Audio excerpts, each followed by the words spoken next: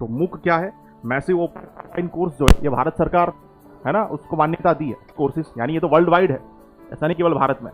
तो एक एडेक्स करके प्लेटफॉर्म है ना, फिर एडेक्स के जैसा ही एक कोर्सेरा है ना। ये तो फॉरेन के मतलब बाहर की यूनिवर्सिटीज के कुछ प्लेटफॉर्म स्वयं है ना।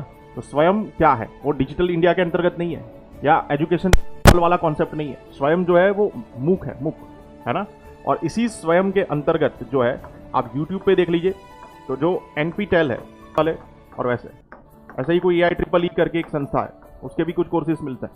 तो ये सारे massive online open course, massive open online course है। और इसके बाद क्या होगा?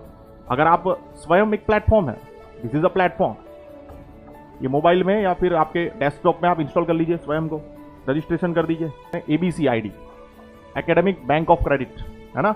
हमने वो डिजी लॉकर से ज्वाइन कर दिया, यानी आप जितना भी आप पढ़ाई करिए आप ABC ID को तो कंपलसरी देना पड़ता है। तो क्या होगा? आपके जो क्रेडिट बेस्ड कोर्स सिस्टम है, कोर्स जो भी आपने किया, आपने कोई भी कोर्स कर लिया, आपकी इच्छा हो गई कि मुझे एनवायरमेंटल लॉ पढ़ना है, तो स्वयं पे गए, NPTEL ने बहुत सारे अच्छे अच्छे कोर्स बनाए, 6 महीने का सर्टिफिकेट कोर्स होता है ना। तो आपने उस 6 महीने के फ्री होता है, ये फ्री है। ये जितने भी कोर्स है भारत सरकार जो स्वयं पे चलाती है वो फ्री है।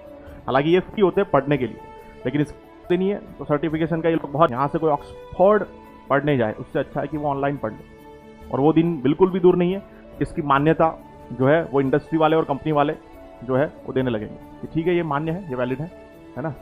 हो सकता है किसी ने बैचलर ऑफ आर्ट्स किया हुआ, एरोनॉटिकल इंजीनियरिंग के कुछ ऐसे डिप्लोमा कोर्स कर लिए ऑनलाइन प्लेटफॉर्म से, और बाद में आप इसकी एग्जाम की रजिस्ट्रेशन भी आती है, मतलब रजिस्ट्रेशन होता है, आपने उसका एग्जाम दे दिया तो they will provide you certificate, valid certificate. और ये तो वैलिड सर्टिफिकेट है, भारत सरकार देती है आपको स्वयं पे, है ना।